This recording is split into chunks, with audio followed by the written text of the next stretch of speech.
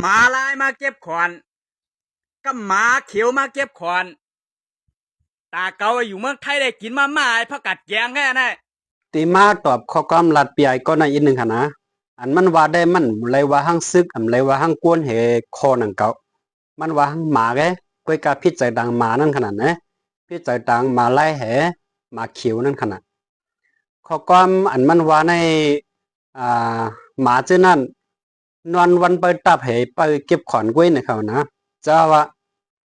ในเมืองใต้ในอันเกิดอยู่ปอดตอนอันมีซื้อเขาใน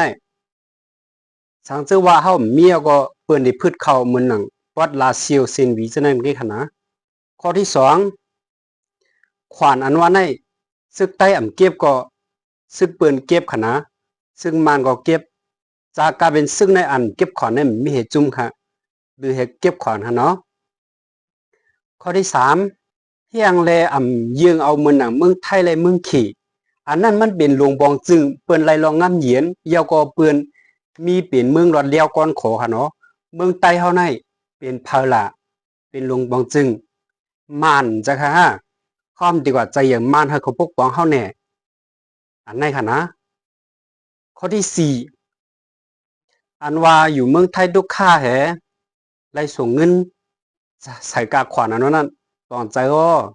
สู่เจ้ากว่าเหตุการณ์เมืองไทยทุกค่าไล่กินหมาม่าอันเว้ยสู่เจ้ามาอยู่ด้วยเนื้อเถื่อนขนาดพวกนั้นบางวันก็ยันหนอเว้ยนะจำด้วยอันกว่าอยู่เมืองไทยเผยใจกว่าย้อนเบือหางในตัวเจ้าเก่าหู้หลีสิเบนะคะนะ